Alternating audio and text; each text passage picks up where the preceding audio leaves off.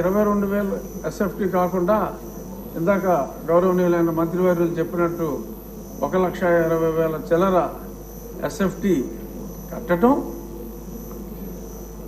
ఆ తర్వాత ఒక చిన్న డ్రామా. ఎందుకంటే అప్పుడు దాకా అది టూరిజం ప్రాజెక్ట్ అని చెప్పారు. ఈలోపు ముఖ్యమంత్రి గారు అప్పటి ముఖ్యమంత్రి ఒక అనౌన్స్మెంట్ ఇచ్చి నేను విశాఖపట్నం వచ్చేస్తున్నాను అని చెప్పి ఆయన చెప్పడం జరిగింది. ఆ తర్వాత కొంతమంది ఆఫీసర్స్ని వైజాగ్లో నాకేమన్నా ఇల్లు దొరుకుతుందా చూడండి, స్టడీ చేయండి అని చెప్పి స్టడీ చేస్తే వాళ్ళకంట ఆ బీచ్ రోడ్లో వెళ్తూ ఉంటే అరే ఇక్కడ భలే ఇల్లు దొరికిందే, ఇది ముఖ్యమంత్రి గారికి బాగుంటుంది అని చెప్పి వాళ్ళకి తెలిస్తే వాళ్ళందరూ సూచించారంట. సరే దట్స్ ఆల్ రైట్, అందులోనే ఉందాం, పోనీ టూరిజం వాళ్ళకి చెప్పి అందులోనే ఉందాం, వాట్ ఈస్ దేర్, నాకు ఎక్కడైనా పర్వాలేదు, ఐఎమ్ ఏ సింపుల్ మ్యాన్ అని చెప్పి దానికి ఆయన అంగీకారం తెలిపారు.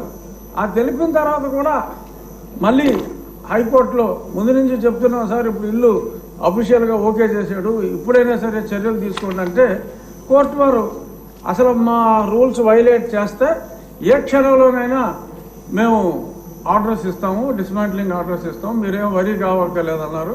ఇప్పుడు దాకా ఆ మ్యాటర్ రాలేదు, ఎలక్షన్ వచ్చింది, ఆయన వెళ్ళిపోయాడు. సో ఇప్పుడు ఆ ప్రాపర్టీ, ఎందుకంటే ఆయన అంటే డిస్ట్రక్షన్తో మొదలుపెట్టారు. నాకు తెలిసి గౌరవనీయులైన ముఖ్యమంత్రి గారు ఈయనంతా కన్స్ట్రక్షన్ బేస్డ్ యాక్టివిస్ట్, అతను డిస్ట్రక్షన్ బేస్డ్. సో కాబట్టి ఒక 500 కోట్లు ప్రజాధనం దుర్వినియోగం చేశారు, శిక్షించాలి అని చెప్పి మా విష్ణుకుమార్ రాజు గారు గట్టిగా చెప్పారు. కానీ కొన్ని వేల కోట్లు రకరకాల ఇష్యూస్లో దుర్వినియోగం అయినాయి.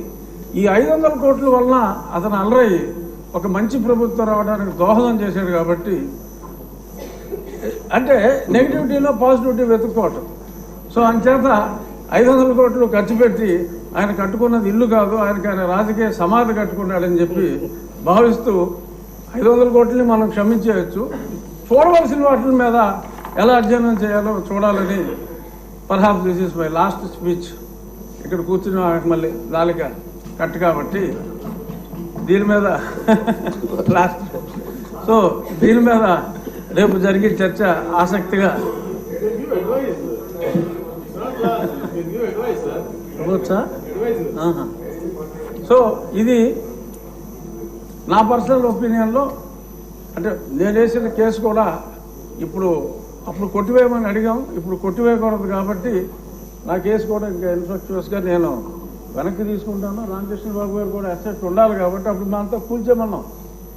అంటే ఇంత దారుణం అని తెలియదు. 500 కోట్లు ఖర్చు పెట్టారు కాబట్టి అది రాష్ట్ర అసెట్గా భావించి దాన్ని తెలివిగా, అంటే ఒక వ్యక్తి కాంక్ష ఈ రకంగా ఉంది అని చెప్పి ప్రజలకి మరి ఏదో టికెట్ ఇచ్చినా కూడా మాదిరిగా రికవర్ అవుతుంది, అద్దెకిస్తే ఏమి రావు, 7 గదులు. సో అంచేత దాన్ని ఒక మాన్యుమెంట్గా ఉంచి ఒక నియంత కట్టుకుందాం అనుకున్న, ఒక పేదవాడు కట్టుకోవాలనుకున్న చిన్న గూడు ఇదే అని చెప్పి మనం దానికి ఒక టికెట్ పెట్టి ముంతాజ్ కోసం తాజ్మహల్ కట్టిన షాజహాన్కి మరి ఇప్పుడు గుర్తింపు వచ్చింది.